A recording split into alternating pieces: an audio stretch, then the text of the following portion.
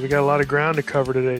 Acts 23 through 26, a lot of these chapters is just Paul's appearances before different people. He repeats again his testimony in places or parts of it. So I'm not going to really worry about any of that stuff. I want to get to the more interesting, again, biblical theological stuff that we run into along the way. So let's just jump in here with Acts 23. I'll begin reading at the beginning, and then we'll skip around periodically as we we'll land some places too. So Acts 23, this is Paul speaking again to the Jewish leadership. And looking intently at the council, Paul said, "Brothers, I have lived my life before God in all good conscience up to this day." And the high priest Ananias commanded those who stood by him to strike him on the mouth. Then Paul said to him, "God is going to strike you, you whitewashed wall. Are you sitting to judge me according to the law? And yet contrary to the law, you order me to be struck?"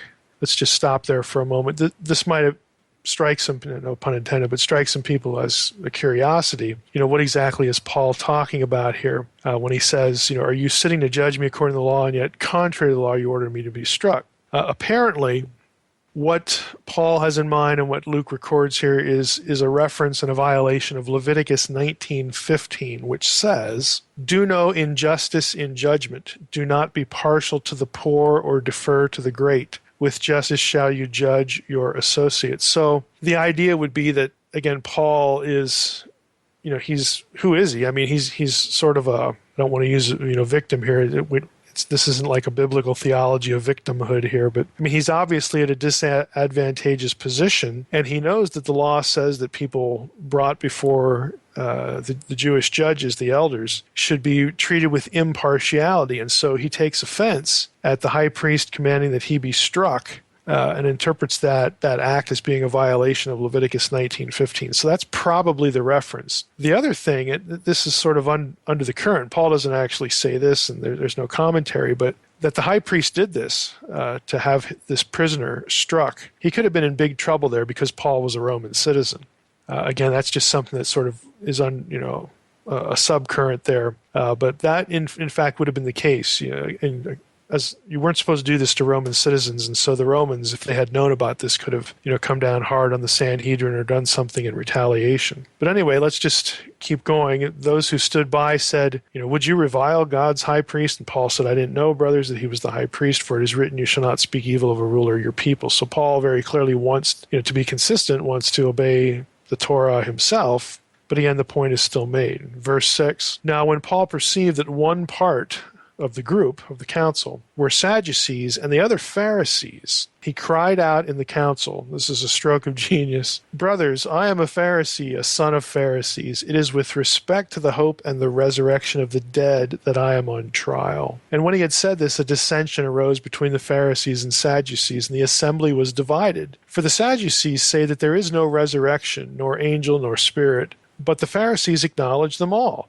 Then a great clamor arose, and some of the scribes of the Pharisees' party stood up and contended sharply, "We find nothing wrong in this man. What if a spirit or an angel spoke to him?" Of course, the Sadducees aren't going to want to hear that because of the things they don't believe. Verse 10, "And when the dissension became violent, the tribune, afraid that Paul would be torn to pieces by them, commanded the soldiers to go down and take him away from among them by force and bring him to the barracks. The following night the Lord stood by him and said, 'Take courage. For as you have testified to the facts about me in Jerusalem, so you must testify also in Rome.'" So we'll stop there at the end of verse 11. I want to camp a little bit on this scene where Paul divides the audience, again, detects by some means that we have Pharisees and Sadducees both in the room, so he pits them against one another, which is brilliant, by appealing against the resurrection. So in verse 8, we get this line, "For the Sadducees say that there is no resurrection, nor angel, nor spirit, but the Pharisees acknowledge them all." Now, I actually got a question about this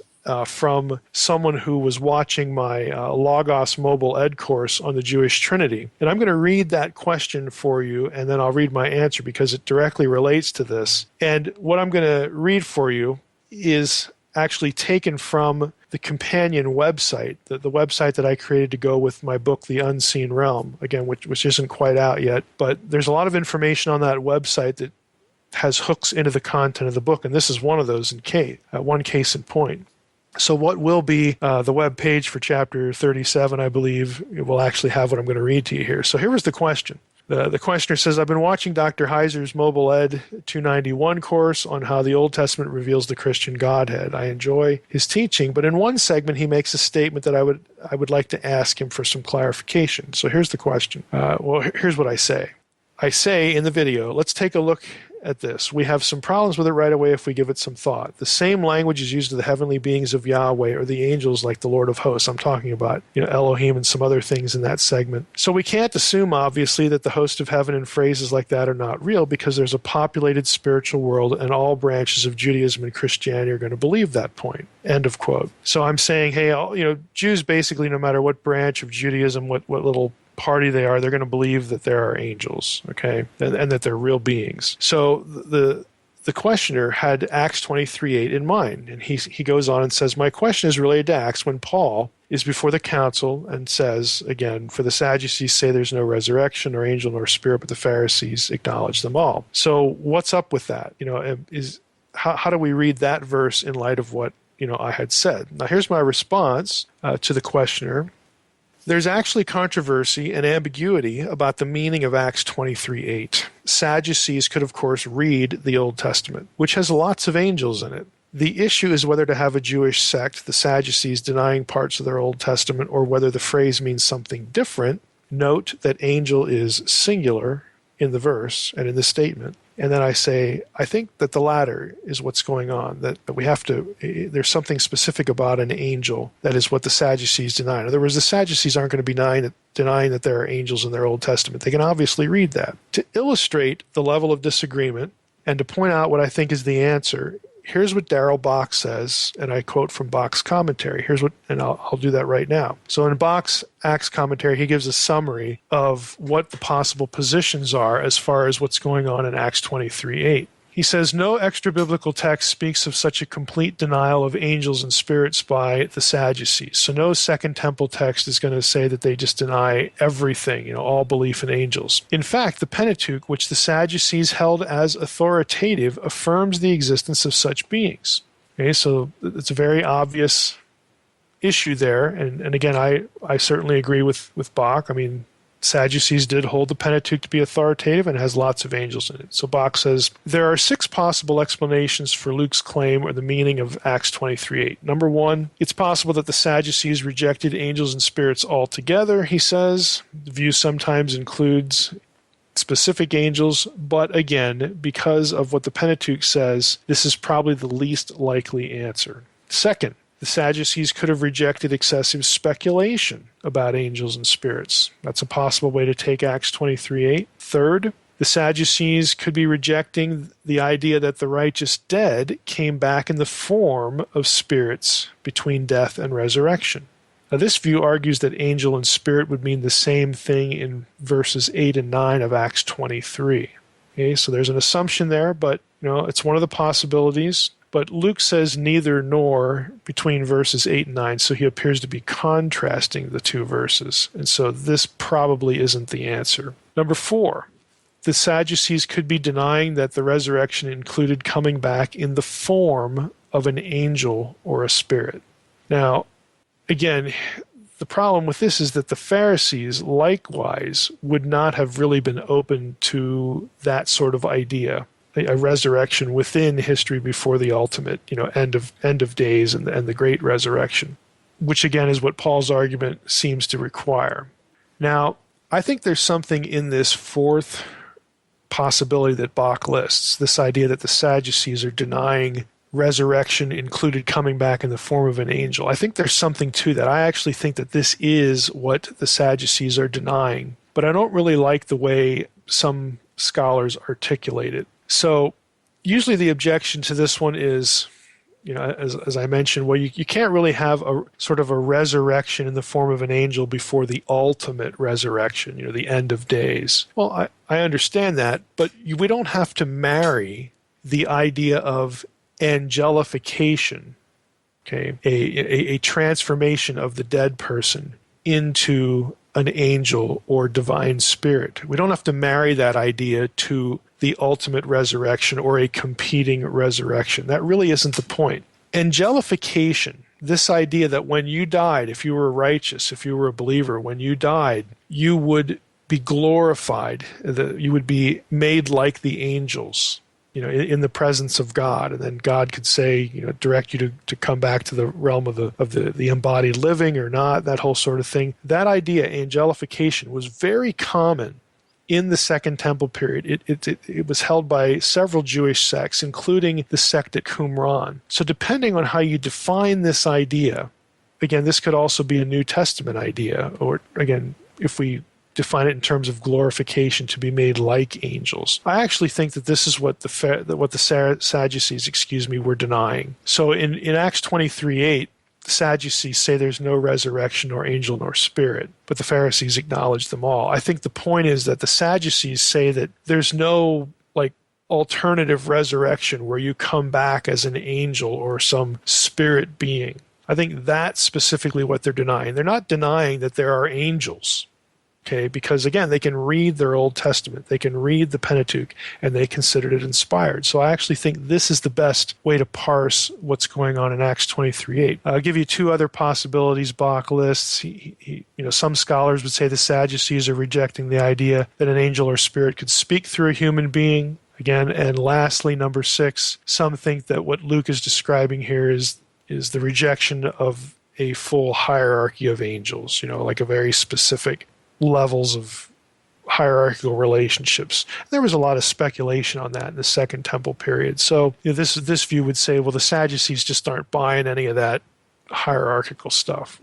Again, those are 6 views. I think the fourth one, that the Sadducees are denying some sort of glorification as an angel or divine spirit, I think that's what they're denying, because like I just said a few minutes ago, it's very obvious that there are angels in the Old Testament, in the Pentateuch, in the Torah, and the Sadducees held that as sacred. So I don't think that they're denying the existence of angels in total. Let's go back to Acts 23. The rest of what's going on here, Paul, in verse 11, again, the Lord comes and appears to him and says, take courage. You testified about me here. You're going to also testify in Rome. The rest of the story in Acts 23 anyway is about a plot that's uncovered, where Paul's nephew, again, hears about an impending ambush of Paul and goes and tells Paul. Paul says, hey, take this kid to the tribune and make sure he knows. And then, of course, the guards, a huge guard, 200 soldiers, 70 horsemen in verse 23 are put around Paul when Paul makes a journey out of the jail to a different location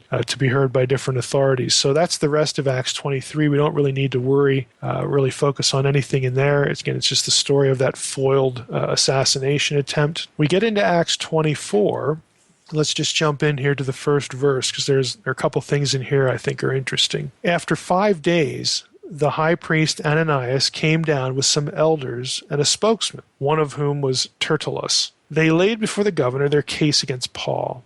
And when he had been summoned, Tertullus began to accuse him, saying, since through you we enjoy much peace, and since by your foresight, most excellent Felix, again, Felix is the governing authority here that Paul is standing before. Tertullus says, reforms are being made for this nation. You're such a great guy, Felix. In every way and everywhere we accept this with all gratitude. But to detain you no further, I beg you in your kindness to hear us briefly. So he kisses up to Felix to begin. Verse 5, we have found this man a plague, one who stirs up riots among all the Jews throughout the world and is a ringleader of the sect of the Nazarenes. He even tried to profane the temple, but we seized him. By examining him yourself, you will be able to find out from him about everything of which we accuse him. The Jews also joined in the charge, affirming that all these things were so. So they pull out, Tertullus is a Roman guy, Roman name.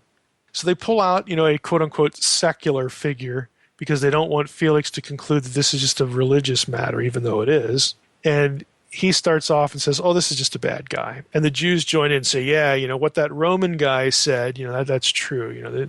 This guy's a plague. He's a ringleader of the sect of the Nazarenes. So the government nodded to Paul, and Paul again makes his defense. Now, before we go any further, we're stopping here in verse 10. There are a couple of things that are very easy to skip over that are actually fairly important. And they're especially important if you're interested in, one of them is anyway, if you're interested in what I call paleobabble. That is sort of some of the weird stuff people believe about the ancient world that I blog about, in many cases, it often is related to Jesus or the New Testament. So both of these have some importance to that, but one of them in particular I think you'll find fascinating. But let's hit both of them. They're both in Acts 24, verse 5. So here's the verse again. We have found this man a plague, in other words, a pest or a pestilence, one who stirs up riots among all the Jews throughout the world. He's a ringleader of the sect of the Nazarenes. First thing to observe is the word sect. Now, in the Greek text, this is the noun heresis. So Tertullus, this Roman guy, calls Christianity a heresis, a sect, which should mean, and would in this context mean, something like a school, like you've heard of the school of Plato or something like that. People who follow a particular teacher, or it could refer to a school or a party, again, or a sect. Okay, within Judaism. Now, this term is used of the Sadducees. In Acts 5:17, we read, the high priest rose up, and all who were with him, that is the party, the heresis of the Sadducees, were filled with jealousy. It's also used of the Pharisees. In Acts 15:5, we read, but some believers who belonged to the party of the Pharisees, the heresis of the Pharisees, rose up and said, it's necessary to circumcise the Gentiles in order to keep and to order them to keep the law of Moses. So it's sort of a neutral term. It just refers to a sect within the religion. But you can obviously tell heresis sounds a little bit like heretic. and this is, in a derivational way, where our word heretic comes from. But really, it's a neutral term that means a sect or a group, within a larger picture, a bigger picture. Now, Josephus uses the term of the Essenes. He uses it of the Sadducees and the Pharisees, just like the New Testament does. Paul himself, in verse 14, when he's allowed to defend himself, so let's just jump back in here. Paul says, after the governor nods to him, knowing that for many years you've been a judge over this nation, I cheerfully make my defense. You can verify that it is not more than 12 days since I went up to worship in Jerusalem, and they did not find me disputing with anyone or stirring up a crowd, either in the temple or in the synagogues or in the city. Neither can they prove to you what they now bring against me. But this I confess to you, that according to the way which they call a sect, there's heresis, I worship the God of our fathers, believing everything laid down by the law and written in the prophets, so on and so forth. So Paul says, he says, my enemies here call the way, in other words, those of us who accept Jesus as Messiah, followers of Jesus, who were known as the Way. We've seen that before in Acts. They call the Way a sect, a heresis. Now, the wording is interesting because Paul isn't saying we are a sect. We're not a heresis. We're not, quote-unquote, heretics here. But he's saying that's what other people say about us, about the Way. So when the term is used by adversaries, it does take on sort of a negative, pejorative meaning to it. Acts 28:22 is an instance of this where the word occurs again. We desire to hear from you what your views are, for with regard to this sect, this heresis, we know that everywhere it is spoken against. Again, these are more officials that Paul is going to testify before at the end of the book of Acts. So when it's used by one of your opponents, it can be used to demonize a group. So the fact that it occurs in Paul's mouth doesn't mean that he's accepting the fact that, hey, we're a bunch of heretics here and too bad for them. That's not what he's saying. He's alluding to the fact that his enemies use the term of Christians, the original Christians, this way. Now, the adjective form, heretikos, is found once in the New Testament, Titus 3:10, a man that is factious or divisive. The King James actually has heretic. A man that is a heretic after the first and second admonition, reject. Has to do with church discipline there, but basically someone who's factious. And we can see how that sort of works with school or party or sect. But heretikos is where we get in English our word heretic. So here's the question. Here's why I bring it up. It's not just a point of curiosity. There are many people out there who want to defend especially Gnostic understandings of Jesus. They want to make this argument. They want to say things like, look, this whole concept of heresy, and the Gnostics are always branded as heretics, and boo-hoo, that's just so unfair. This whole concept of heresy is late.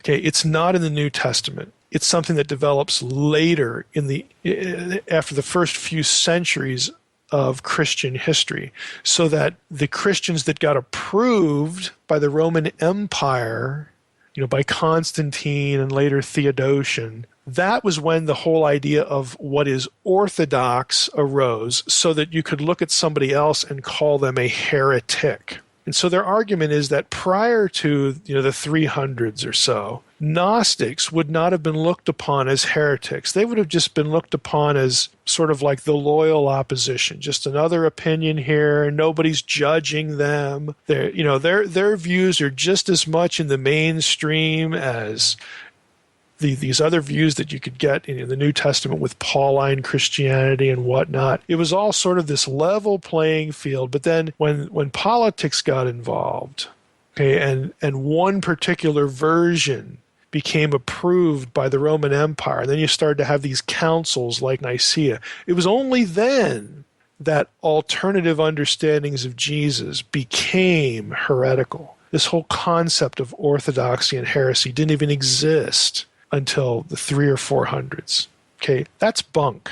And it's demonstrably the case because not only do you have, what we've just looked at, this term hieresis in the New Testament, you also, remember I mentioned that it was in Josephus. Okay, Josephus is Second Temple material. It's also in other texts, the idea that the Hebrew word is min, to be a kind of Jew. There were different sects. Minim is the plural. There are different sects or parties or divisions or kinds of Judaism. There wasn't just one kind of Judaism. There were a number. And you can read in Second Temple texts that these terms, whether it's hieresis in Greek or min, again in Hebrew, they do get used pejoratively, directed at a set of ideas and people who hold a set of ideas as being out of the mainstream. That is not a late idea. Okay, it's an idea that's around even before we have a New Testament. So that when we get to the New Testament, you see it's the Sadducees. This is what Paul says. They're the ones that call us a sect.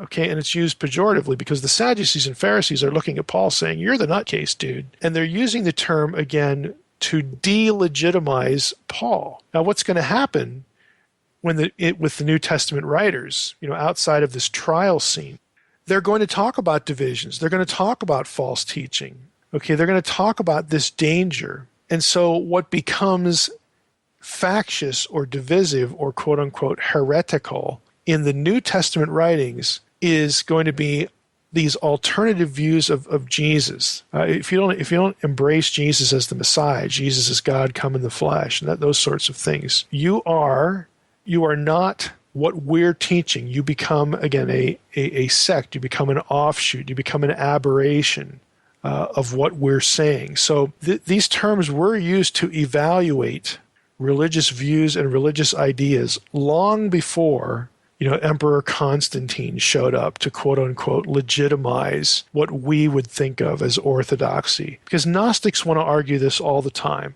Like the Gnostic views of, what we would call heterodox or non-orthodox views of Christianity, what we would give that label to today. They would say, oh, no. Back then, they were all legit. They were all on the same footing. They were all, just kind of, had equal status. That is not the case. Okay? You cannot exclude the New Testament and exclude the Second Temple period when you have that discussion. And that's what defenders of revisionist Jesuses, and one of those is the Gnostic Jesus, they try to do this perpetually. So again, I thought this was a good sort of spring off point or jumping off point to get into that a little bit. Now let's go back to Acts 24:5, the second part of the phrase, sect of the Nazarenes. The second word there that's important is Nazarenes. Catch the way I pronounce this. Nazorios. Notice there's a long O there. Nazorios. In Acts 2:22, we see the phrase again. Men of Israel, this is Peter's sermon. Hear these words, Jesus of Nazareth. And the Greek there is Nazorios. A man attested to you by God of mighty works, so on and so forth. Now, Jesus is elsewhere called a Nazarenos. Notice there's no long O there. Nazarenos, Luke 4:34, Luke 24:19. Again, why do we have these two terms? Do they mean the same thing? Do they both just refer to somebody from Nazareth? Well, Nazorios occurs this place in Acts. It occurs a few other places where it's used to label a Christian sect, as opposed to Nazarenos, which seems to be an indication of the place. And so why am I bringing this up? Well, here's the issue. Scholars have long disputed whether both of these terms, Nazorios and Nazarenos, whether they speak of the same thing or not. And the reason it's important was because there are some scholars, and again, if you've read sort of the Paleo-Babel literature, again, this revisionist Jesus stuff, you're going to run into authors that say, look, Nazorios, the one with the long O, cannot be reconciled with Nazarenos. In other words, Nazarenos does not mean somebody from Nazareth. It means something else. And that something else is catch what I'm saying here, a pre-Christian sect.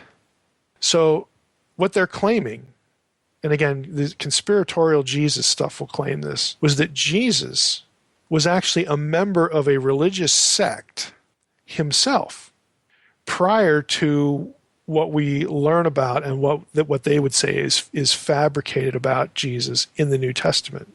Now, this particular Christian sect are the Mandeans. And again, there are these long arguments about how this different vowel, the different spelling, they can't be recognized, and one indicates a specific religious sect that has nothing to do with what we think of as biblical Christianity. So it turns out to them, they argue, that Jesus wasn't even a Christian. Jesus was some other religious sect, the Mandeans. The Mandeans are the ones that refer to themselves as Nazorios in other texts. That they're what church historians, what major religions, what all the big players in Christianity think about Jesus isn't true. He actually had different beliefs than they did, because the Mandean theology is not what you people, you Christians running around, saying is orthodoxy. The Mandeans wouldn't have agreed with that, and Jesus was one of them. Now, this is a long, really technical discussion. I mean, I think you can tell it already. We're getting into vowel sounds and word formation and whatnot. I want to read you something, and then I'm going to allude to something that I've given to Trey to post with this episode on the website. So if you're into, again, revisionist Jesus stuff, or maybe you've come across this in some YouTube video or whatever, you're going to have a resource here. But let me read first from a commentator, C.K. Barrett, who's he's deceased now, but a very revered Greek scholar, said this in his Acts commentary. Christian preaching begins with the name of Jesus. He is first identified as Ha-Nazorios. This is best explained as of or from the place called Nazareth. Other interpretations, however, have been given based on the observations that it's not easy to see how the O, the omega, in Nazorios could be derived from the alpha, in the corresponding syllable of Nazareth, and that Natsoriah is one of the names applied to the Mandeans. Let me repeat that, Natsoriah. This name has been derived from Hebrew natsar, to guard or observe, that is the Mandean name, and given the meaning of the observance, that is, those who observe with particular care rites of baptism and purification and so on. These other people argue that the name may have been given to Jesus and his followers as the observance. It may have arisen through their connection with John the Baptist and his disciples. And here's the way Barrett ultimately ends his little discussion. The name, however, was discussed at great length by H. Shader in something we now call the Theological Dictionary of the New Testament. And his conclusion is to be accepted. End of quote. So Barrett says, look, this is a technical issue. If you want to know what the truth really is, go to this article in Theological Dictionary of the New Testament by Shader, and that guy has it right. Well, lo and behold, I have that article, and I just took it from TDNT, Theological Dictionary of the New Testament, and I have given that to Trey. Trey will put a link to that next to this episode. And the short answer, and again, it's a long article, and it is technical. You really need to have Greek and Hebrew, at least first year, to really understand Shader's article. But the short version is this. The long O can be explained, and the two terms can be reconciled. Here's the way Shader ends his article. We may confidently say that Nazorios, like Nazarenos, is the Greek form of the Aramaic Nasraya, derived from Natsrat, or Nazareth. They both point to being from Nazareth. Neither of them points to some obscure sect, pre-Christian sect. And so Jesus didn't come from some religious sect that would have disagreed with what we have in the New Testament. That's the bottom line. So if you want to wade into that article, if you have a little Greek and Hebrew, that is the ammunition to basically blow to bits this idea that you may have heard again on a YouTube video or read in some book, trying to, again, prop up Jesus as not even being a Christian, as bizarre as that sounds. So back to Acts 24, again, that was a long rabbit trail, but again, I think both of those things, the meaning of sect, what the whole discussion of when was heresy and orthodoxy actually even thought about, I think that's important. And then this whole issue about Jesus being from some pre-Christian sect, that's also important. So that was verse 5. And so Paul continues in his defense. He's accused of this. He says, look, none of this stuff is true. I was in the temple, verse 17, after several years I came to bring alms to my nation, present offerings. While I was doing this, they found me purified in the temple. I wasn't making trouble without any crowd or tumult. But some Jews from Asia, and they ought to be here before you and to make an accusation, should they have anything against me. Or else these men themselves say what wrongdoing they found in me when I stood before the council. Other than this one thing, that I cried out while standing among them. It is with respect to the resurrection of the dead that I am on trial before you this day. And we've read that in Acts 22 and Acts 23. So Paul just relates what happened. And then we read in verse 22, Acts 24, but Felix, having a rather accurate knowledge of the way, put them off, saying, when Lysias the tribune comes down, I will decide your case. And he gave orders to the centurion that he should keep in custody, keep Paul in custody, but give him some liberty, and that none of his friends should be prevented from attending to his needs. So Felix sees right through this ruse. And that chapter of Acts ends with Felix and his wife Drusilla, who was Jewish. They send for Paul, off and on, talk to him, and Paul, of course, witnesses to him. But ultimately, Felix leaves Paul in prison. And then Acts 25, comes along. And so Acts 25, the whole chapter, is really a repetition where Paul, again, brings his case before somebody else, before Festus, and then Agrippa and Bernice at Caesarea. So it's just two more trials. And so I'm not even going to stop on anything in Acts 25, but I want to get to some things in Acts 26 here. So let's jump into Acts 26, when Paul has testified before King Agrippa, or he's in the process of doing so.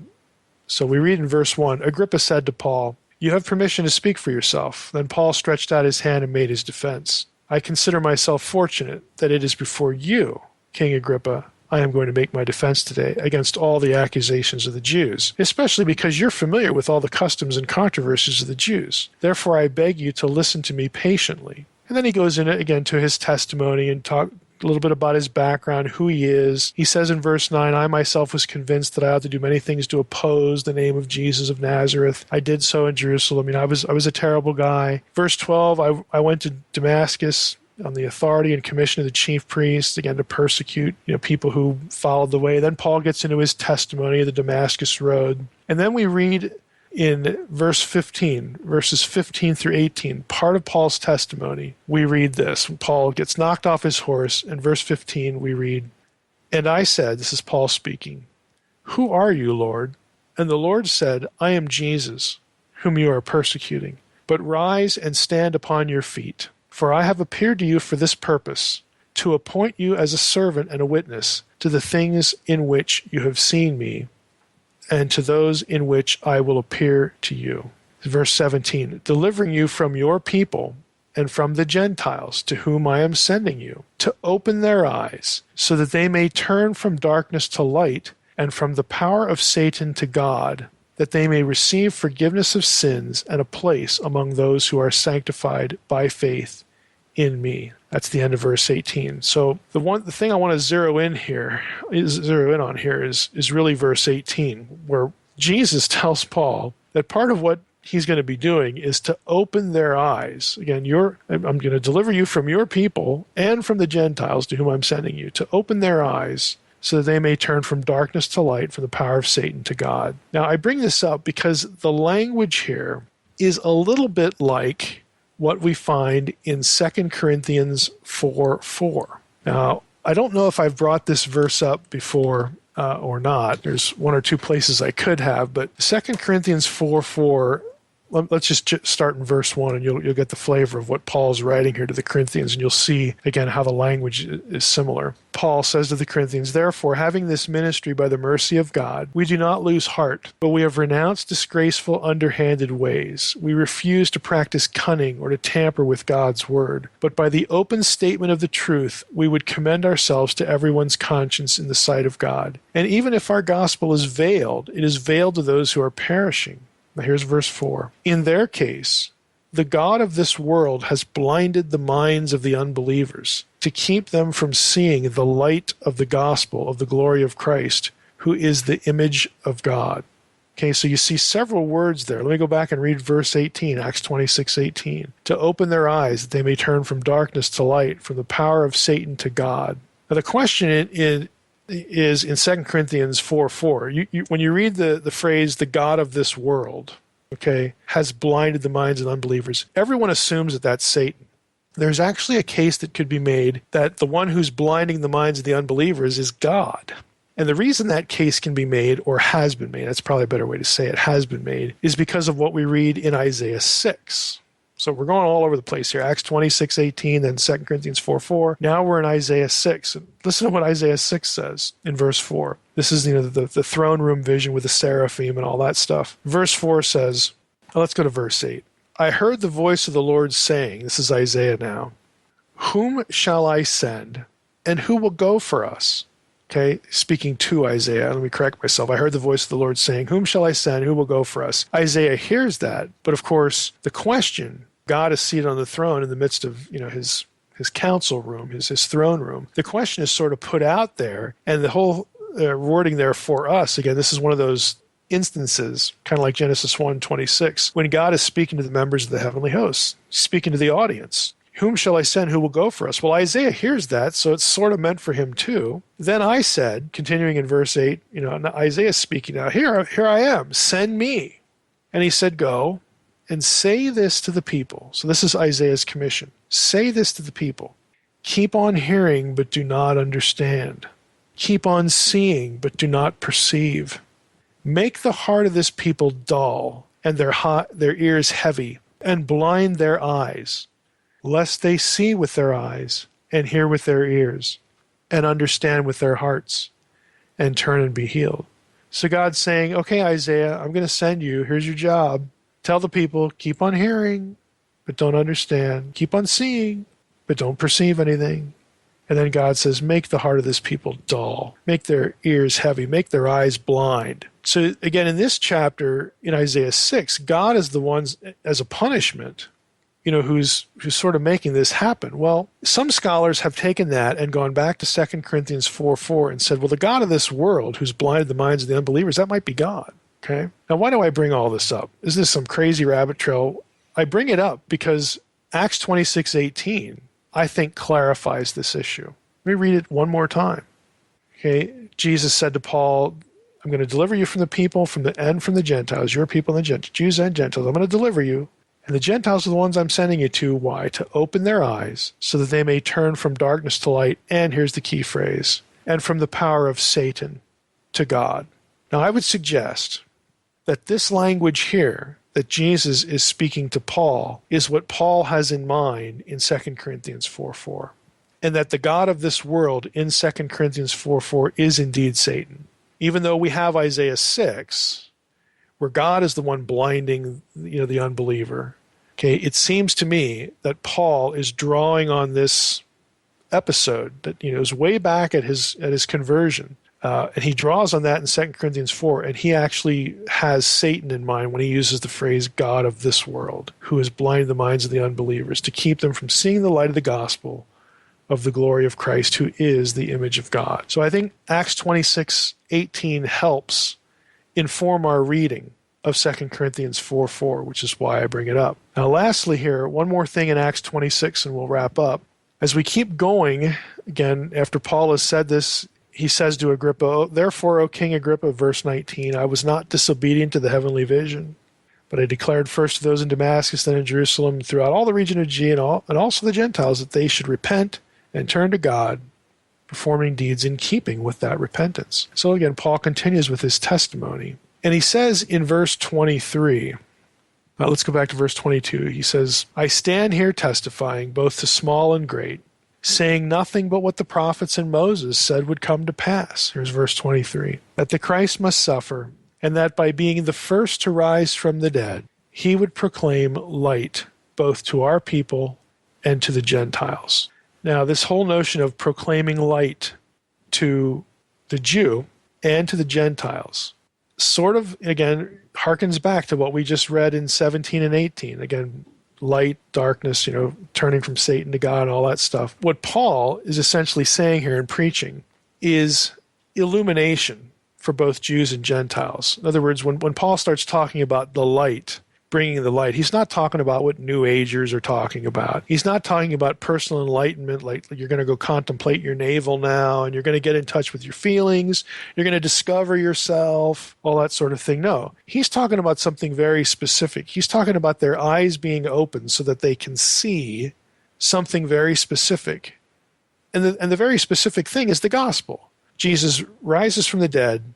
Okay, the first to rise from the dead. Christ must suffer and then rise from the dead. It's the gospel. This salvation and this light is a revelation given to the Jews and the Gentiles that is very specific. Again, it's not this self-contemplation, Oprah gospel kind of stuff, which is why I bring it up. I mean, it echoes Isaiah 49:6, where we read, it is too light a thing that you should be my servant to raise up the tribes of Jacob, God again speaking to the individual who's called the servant. You should be my servant to raise up the tribes of Jacob and to bring back the preserved of Israel. And I will make you a light for the nations, and that my salvation may reach to the end of the earth. Again, it's just this whole idea of bringing the Jews back into relationship with God and also bringing the nations back, which is a big theme in the book of Acts. So I wanted to throw that in because I've seen this verse and other verses, just trust me here, used in just the way I sort of made fun of.